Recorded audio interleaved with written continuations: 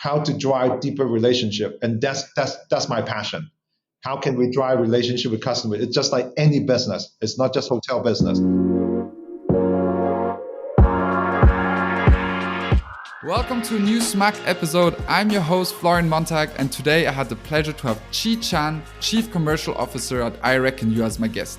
I spoke with Chi about his true hospitality success story, from cleaning rooms and working night shifts to a C-level position today, joining a new company during the pandemic, and how he thinks technology will develop in the hospitality industry.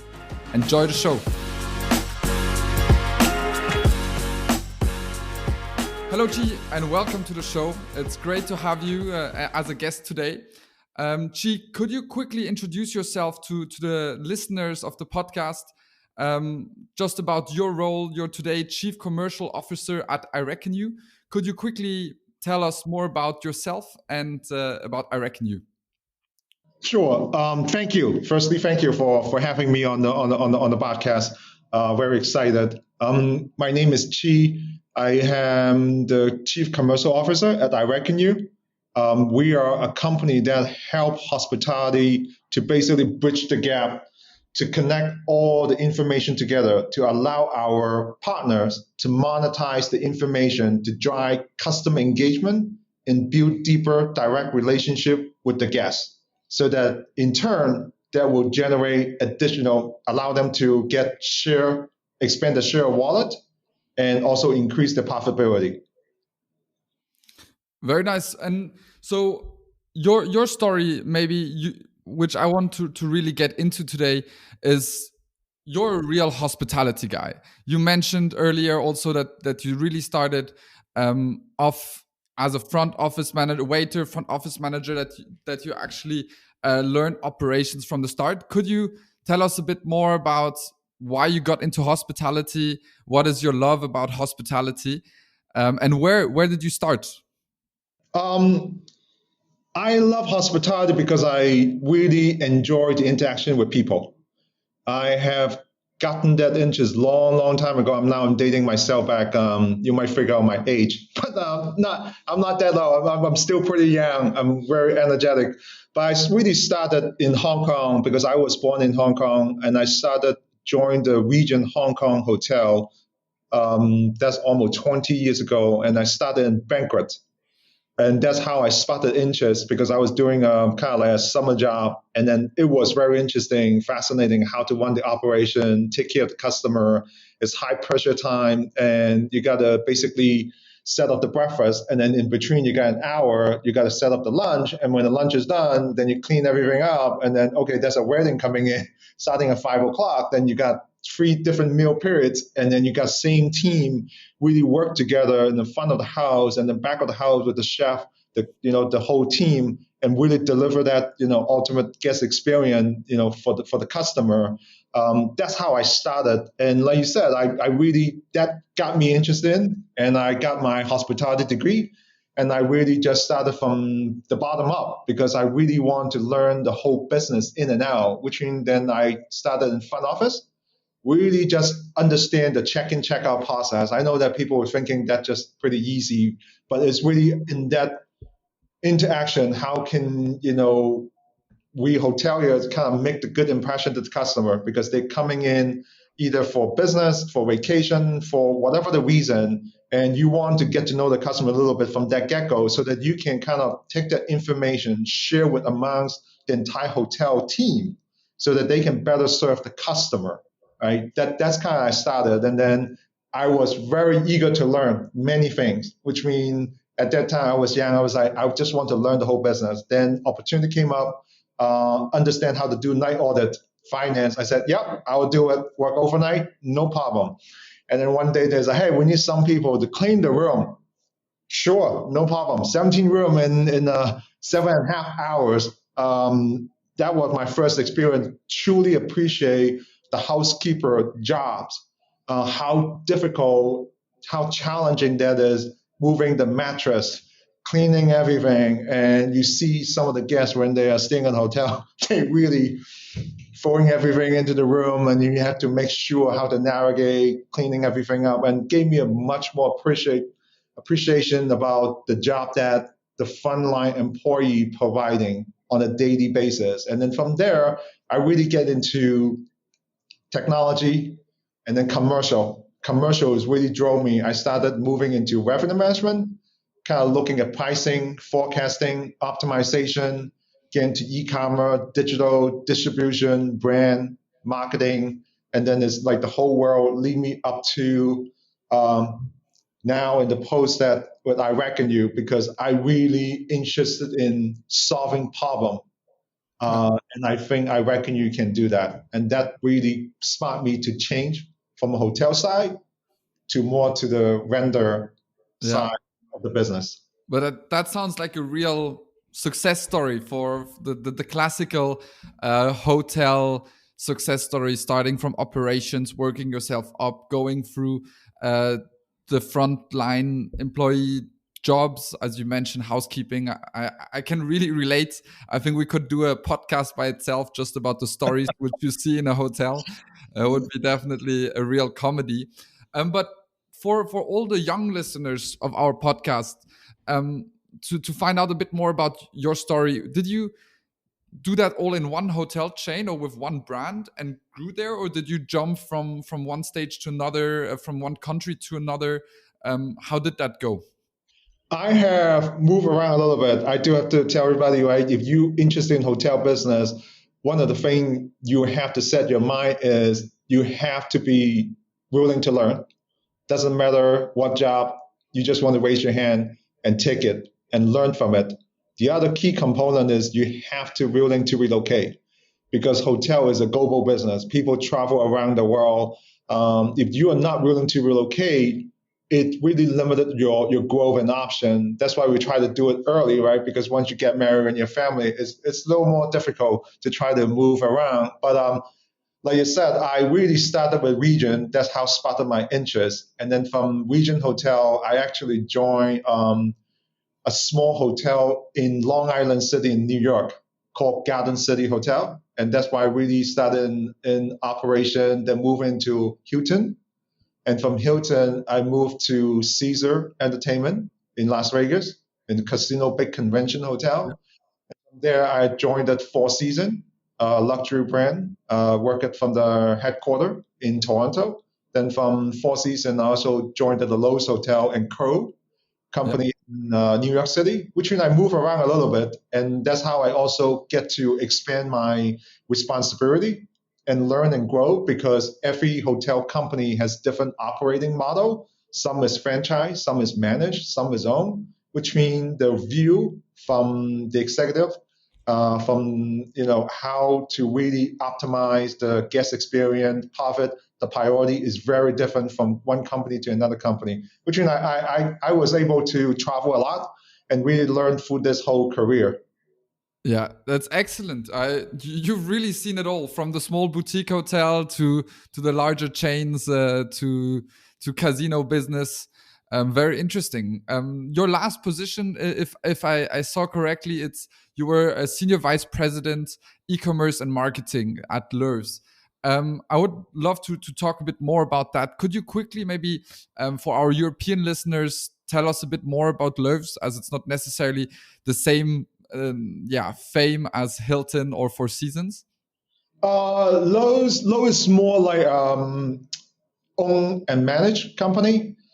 It's owned by a family called Tish family. They are very basically well connected in New York City, in the state. They do a lot of charity thing in the city, and the Tish family has been really involved. Especially if you go to New York University, you'll see their names almost everywhere.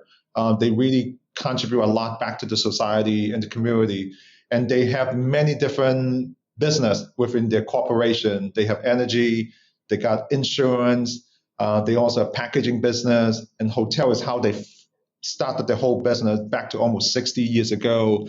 It's really the Tish family started a bed and breakfast in New Jersey. That's how they started, and then growing to this big empire. They have about 28 hotels. All of them is in North America. They are mainly focused on kind of like more convention business, and that's the core. And then they also have immersive destinations, kind of like if you go to Florida, if you go to Universal Studio, if you're a theme park, you enjoy that. Loews Hotel has a really exclusive partnership with the Comcast company to have the hotel. It's actually managed by Loews, and then it's really connected with the theme park. And that's kind of like those are the relationship they build to grow their business. Okay, yeah, interesting. So do they have mainly conventions and then also a lot of just leisure tourists who come to their properties? Yes, they do. They do. Which means their hotel is mixed. Yeah. They have large meeting space hotel, but they also accommodate regular business traveler or leisure customer, which means it's kind of like they get the best of both worlds. And they are a little different. They are kind of like around four-star hotels, all of their properties. Hilton is more like multiple brand, but they really have just one brand, just Loews. There's no like a separate sub-brand under the Loews umbrella. Yeah, and myself, I'm a real hotel tech geek, so I'm always interested to find out more about for Loews Hotel, and especially in your position, e-commerce and marketing. It's very tech driven. What was the role of digital of tech in the strategy of Loews? I was really driving the customer engagement to really understand what's the core target audience because each hotel brand has an emotional connection with the consumer and how you understand that so that you can double down on it, which means when I was at Loews, we work as a team over there to really changes all the advertising technology in the back end so they can really understand the entire customer journey, the full attribution model, kind of like understand where the people start to engage the brand. Is it for a Facebook advertising? Is it for a PPC ad? Is it just someone just organically searching and then landed on the brand website? Really understand that pain point, and then when do people actually trigger to make the purchase? And from the purchase to when they arrive. And then if you fully understand that journey, every step, then you can prepare yourself at the hotel how to engage that customer. And it was a challenging because it wasn't easy. And we were able to implement different type of technology to really get to the point to be very efficient and answer the many questions I think everybody has is how did this person uncover this brand? Once you understand that, then you can really build more emotional connection on it and see if you can take that path to kind of like monetize it. Is that how most of the customer uncover it, right? Not just the Hilton and Marriott everybody talk about around the world, but how would the smaller hotel chain to really spend time to figure all those data out because that's the only So way. very customer centric. Yes, customer centric. You have to, and that's why it sparked my interest to come over to join IRECKONU because when I was on the hotel side, most of the technology, all the information is all silo. And it's really difficult to get the information out to service the customer. You won't believe it. Some of the technology is a really, really old in hotel business. And it's like a dinosaur. Which means, when I engaged IRECKONU a couple of years ago, it's really sparked me to the interest because the group is really innovative, kind of really focused on solving customer issue, how to drive deeper relationship. And that's my passion. How can we drive relationship with customers? It's just like any business. It's not just hotel business. Even restaurant, retail, anything is all about that emotional connection. How can you take care of the guests based on what matters to them? And that's kind of like started the whole conversation, moving from hotel side kind of like to the renter side. So you got in love with the tech because it solved a real problem in your hotel life, in your in your strategy from a hotelier's perspective. Yes, right. Because I always have vision how to basically create the perfect seamless guest experience, but it was very difficult to identify a solution or company to help, and that's really how it spotted me to come over because now that's a technology platform can really create inspiration for different hotel partners, right? And not just hospitality industry, other industries need to be disrupted too, just like healthcare, education. Take a look at food this pandemic. Look at healthcare, how things are not connected. It's very, it was kind of disjointed from the beginning, how to make sure everybody get tested, the information, contact tracing, all this. You can see there's a whole opportunity, for technology to disrupt, to make everything better. Even education perspective, people was like, hey, let's do virtual classroom. But then the fundamental basic, do the people have internet connection? You cannot do virtual classroom without internet connection, which means it's kind of the thing that how can we make certain thing accessible to everybody easier so that we can change the quality of life. That's why this is kind of like my passion is how to make a better world for our hotel partners so that in turnaround they can create this relationship, right, with the customer and create a memory for them because people don't remember days, week, month. They remember moments, which in those are the critical components saying how can we help our partner create those moments and that become the memory forever. So how was it actually doing that process of transformation, going from the operator, from the hotel side, going over and change to the vendor side? I know a lot of people who, that's the classical trend. The good hospitality people go often to the vendor side. How was your experience? When did you decide saying, okay, I would like to join IRECKONU? And was it a big change or was it very smooth or? I would say very smooth. I wouldn't say it's a big change because it's really no different, right? On the hotel side, at that time, my customer was literally the hotel because I was at the corporate office supporting the hotel, giving them the tool, the information, enable them to do the job, and then also the guest, the customer. This side, with IRECKONU, it's really no different. Right? My customer now is just a hotel partner, and it's continues serving them, solving problem, making sure they have the tool, right, the platform, the information to do the job, which means it's pretty smooth transaction. I won't say it's very difficult. It's really just the only thing is I have to kind of start building relationship again with the internal team here and also with our partners. So did you see any differences now, especially in the mindset around technology through the pandemic? People just being more open in having the conversation about talking about implementing new tech, or are budgets more cut because of a very uncertain future?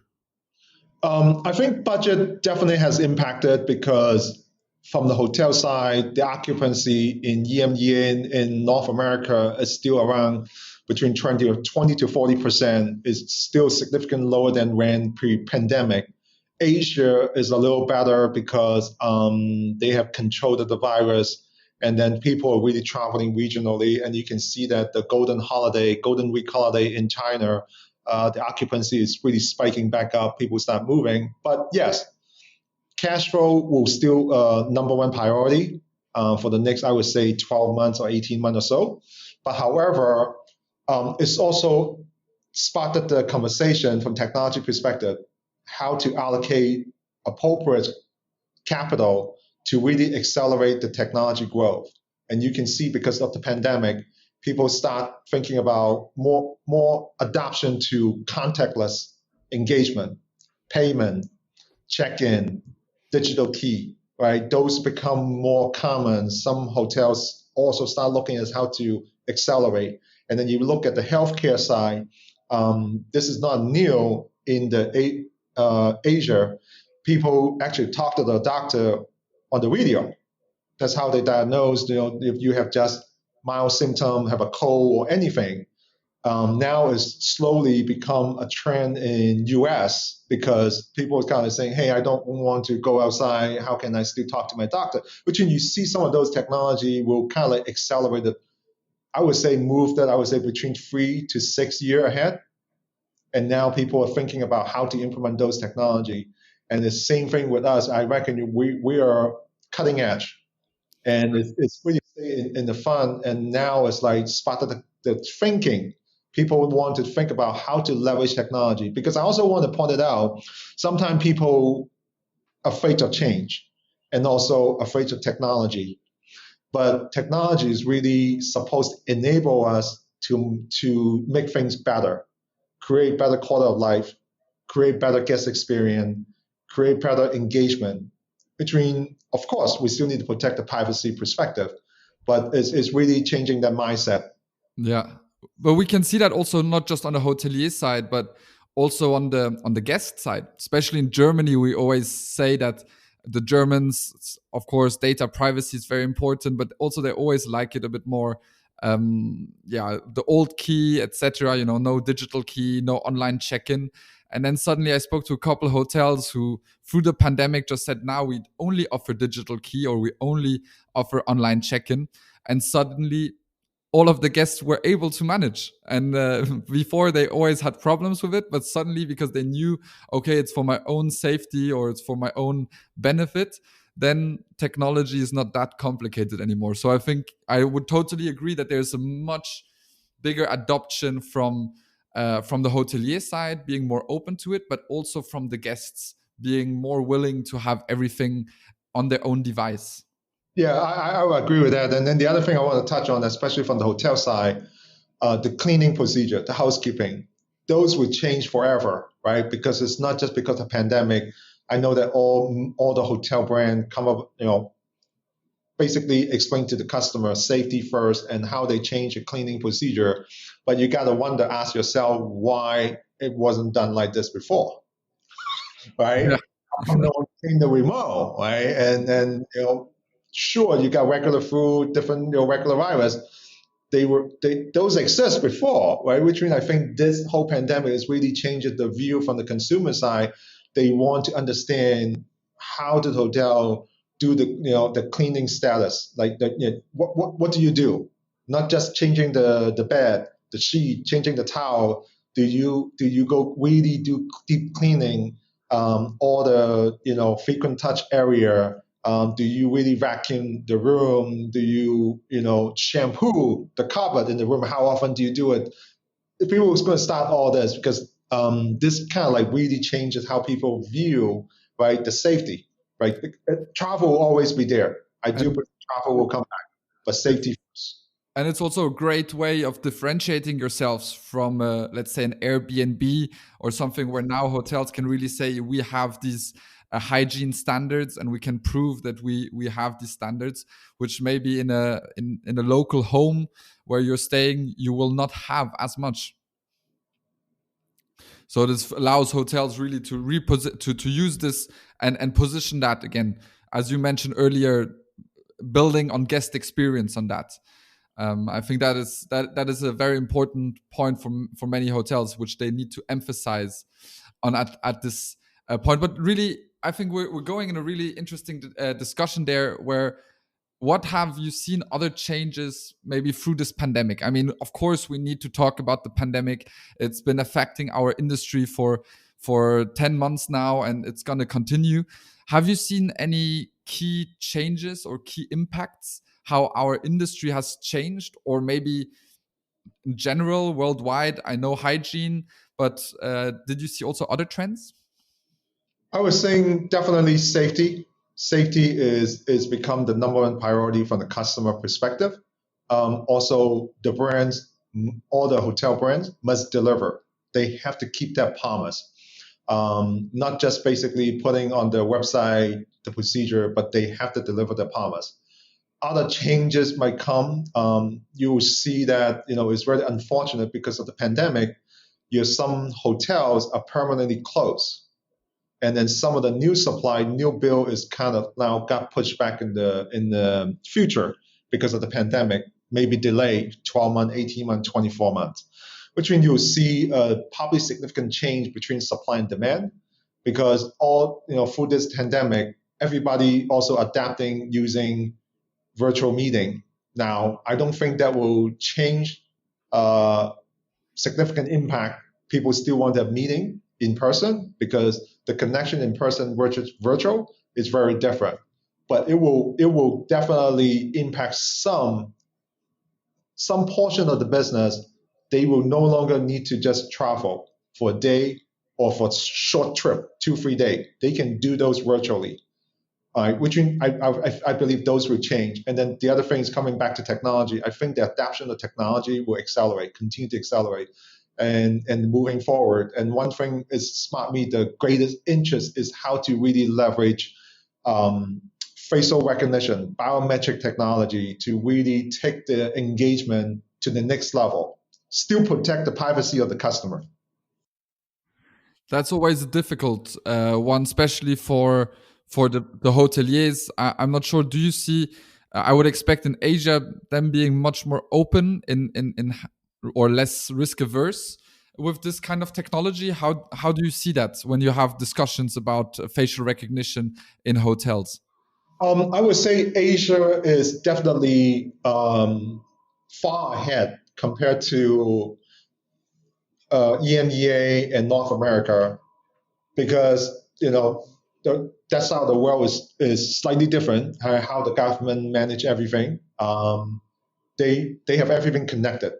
It's just like long time ago, internet came out and it's supposed to help us connect the world, but because of the privacy, different government regulation is really breaking down and not able to 100% connect it. But Asia is far ahead by using biometric technology. And if you go there, some of the hotel, you can actually do facial recognition check-in, and they have no key card, no digital key.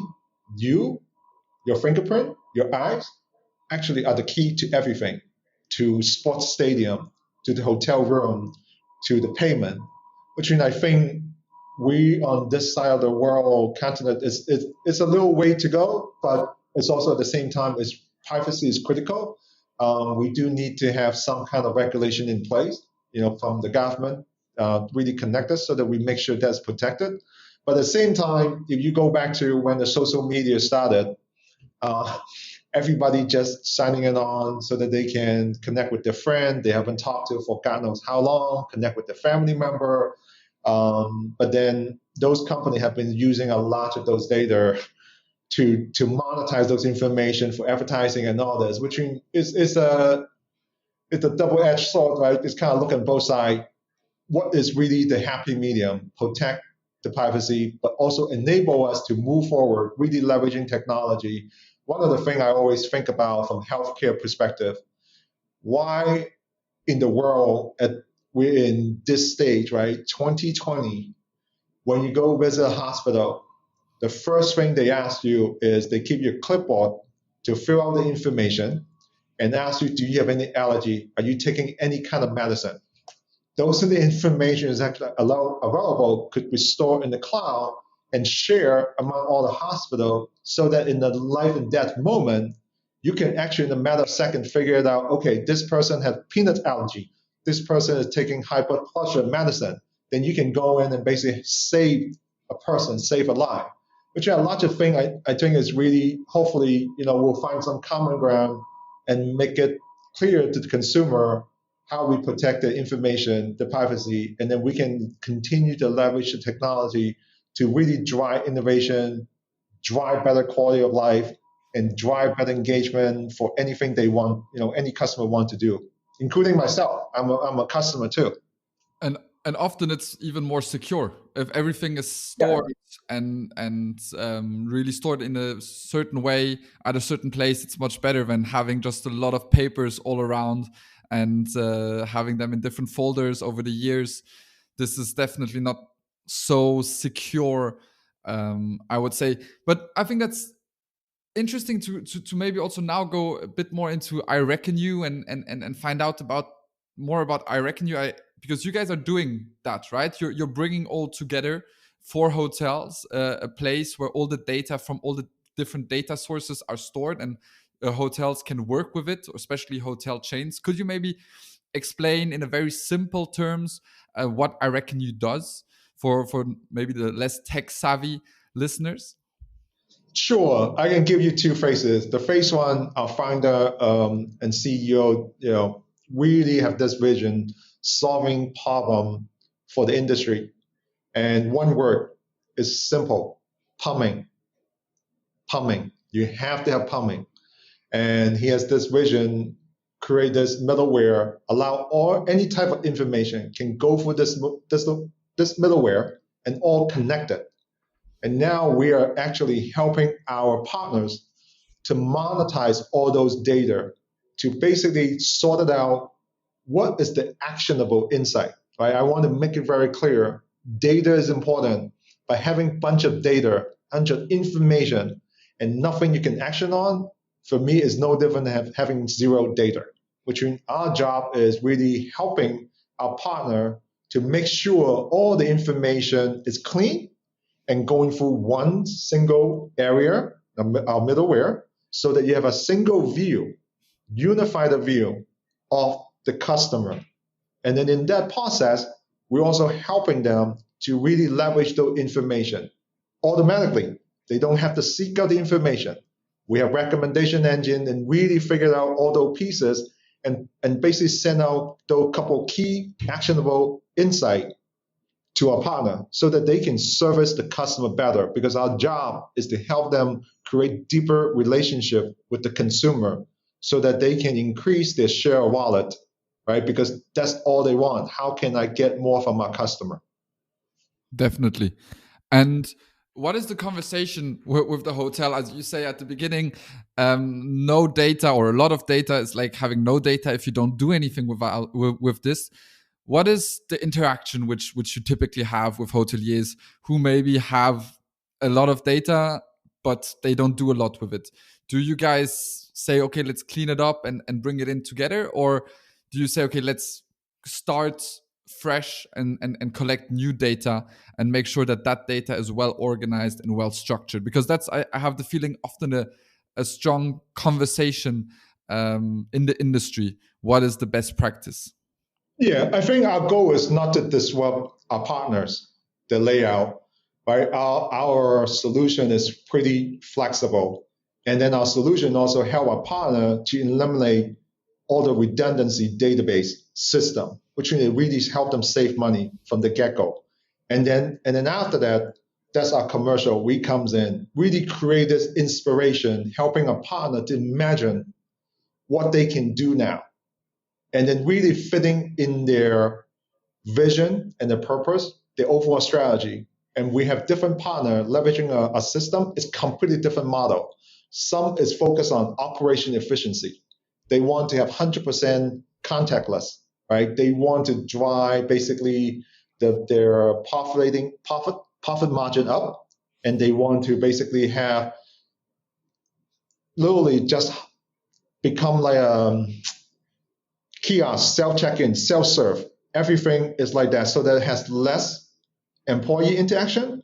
But however, we also have some brand work with us. They want more employee, in-person contact with the guests, which in then we also help them taking those information, enable them through the check-in process, during the stay, how to basically proactively serving the customer. I can give you a classic example. With our solution, based on all the behavior, all the information, structured, unstructured information we gather together, we can figure out what the customer wants. I use me as a classic example. I like extra hangers in my room. 5 extra hangers. Do not ask me why, but 5. Because I like to literally hang my jacket, my shirt separately. And I also like down pillow. Those are the information I ask the hotel every time when I check in. But now with our solution, we will be able to detect those signals and create a persona, a profile recommendation into the engine, so that next time when I stay with the hotel again, I no longer need to ask. Because what happened? The solution will proactively open a ticket, inform the room department, she is checking in tomorrow, and please prepare 5 extra hanger and put the down pillow in this room. That for me is paying attention for the little moment and the interaction with the guest, and gathering those and turn it to something that create a memory moment. Yeah, definitely. That's I saw a video of, I think there was a Nick Price, must have been six years ago or something, talking about that with Mandarin Oriental, where I was fascinated, especially saying about the brand level, that when you're in New York, you have certain preferences, but maybe you'll stay next week in Hong Kong, and why not have that data which you collect in the one hotel and share it with the other hotel and make a real personal experience on a brand level. That's I think that's where the hospitality, especially the luxury segment, really wants to go to.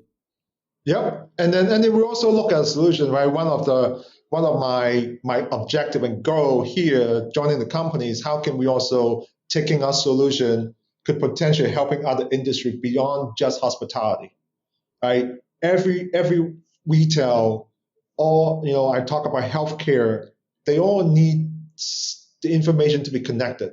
How wonderful that is that when you go to a retail store, you're shopping in Amsterdam, but when you travel to the other side of the world, you go to New York, same company. You walk in, they know who you are, they know your preferences, they know your size.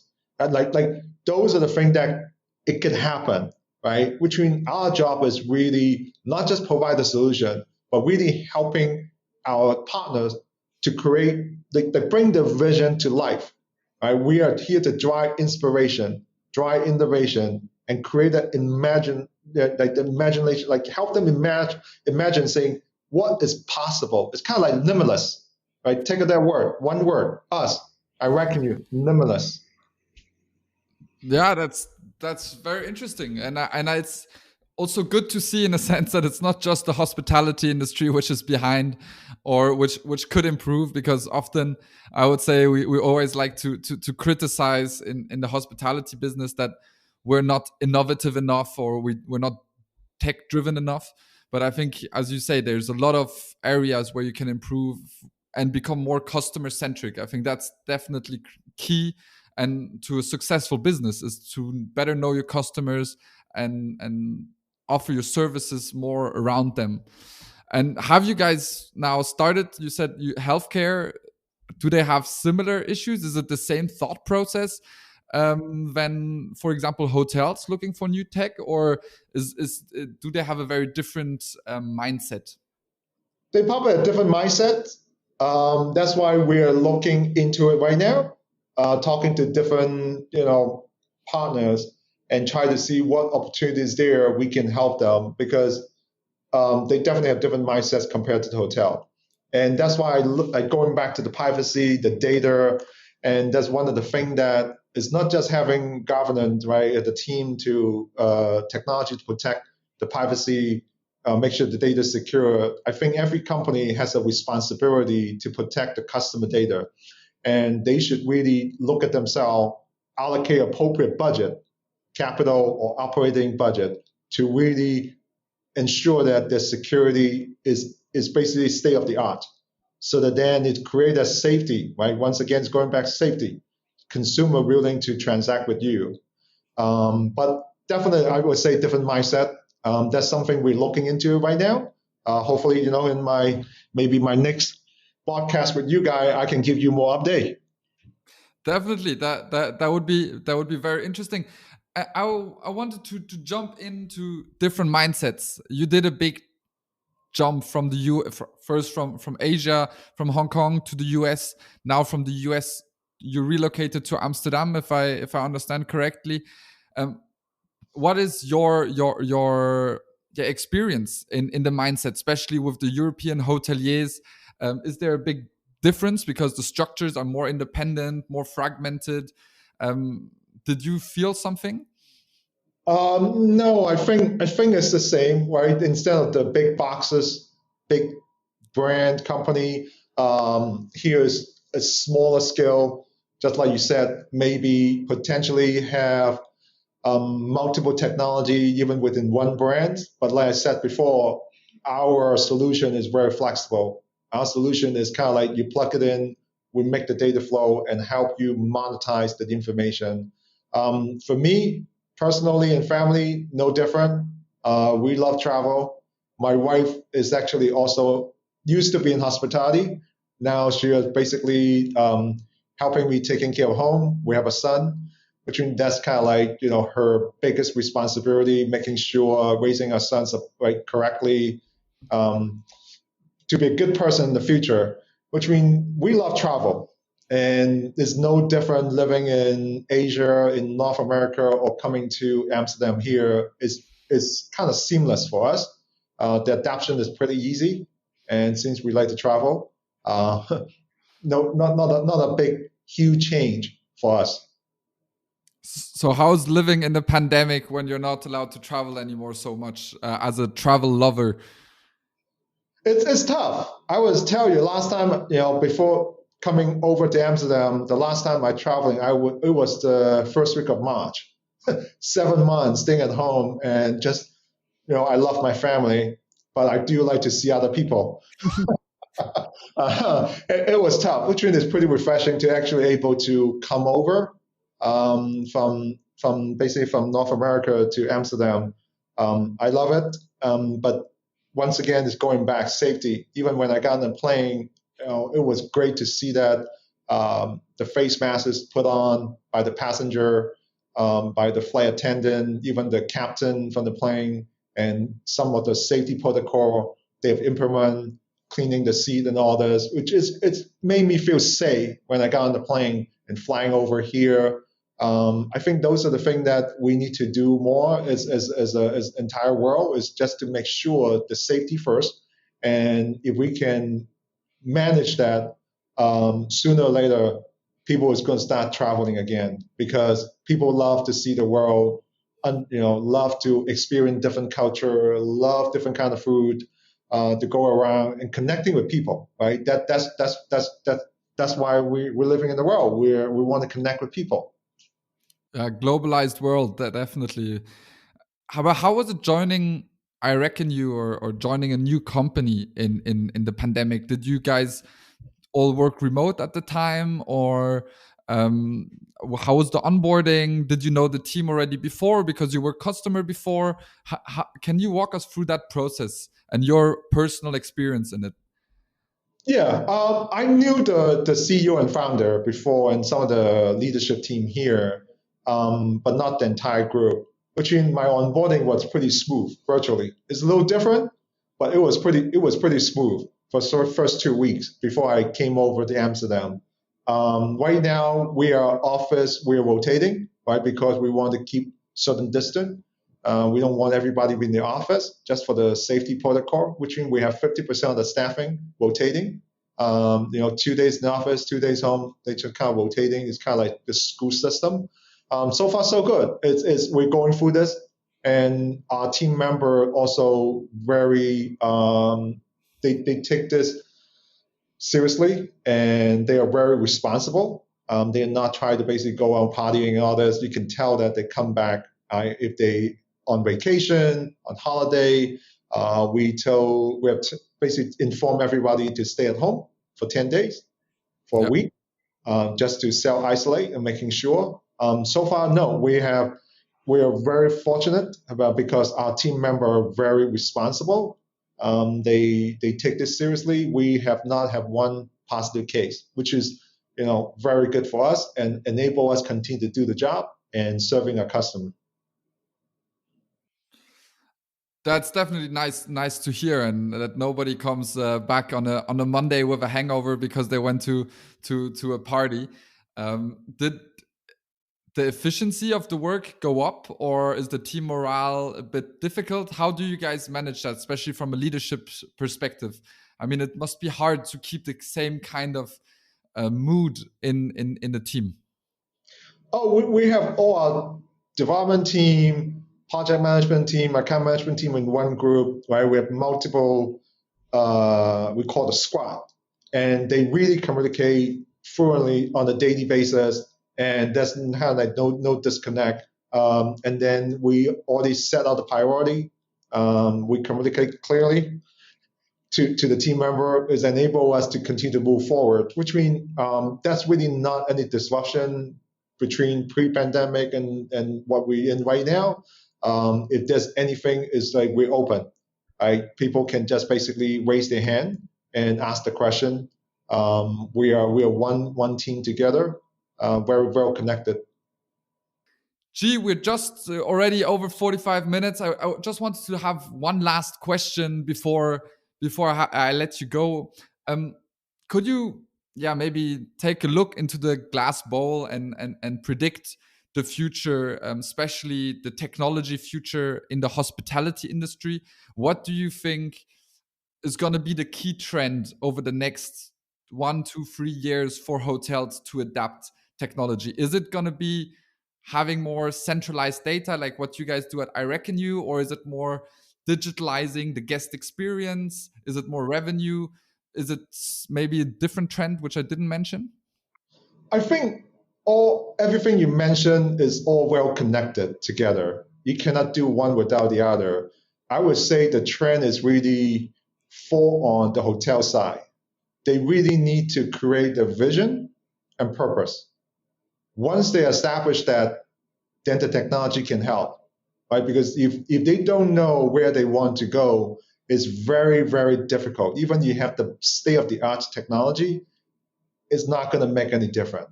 Which means I think what the trend would be, I would hopefully all the hotel brand out there to really think about what do they want, right? As a company, what's the vision?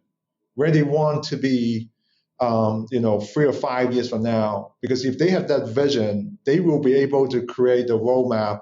And I reckon you, as a team, can really help them and then fuel their growth, right? Put in more firepower. But I think that will be the key, is really have a clear vision, and then the technology can help.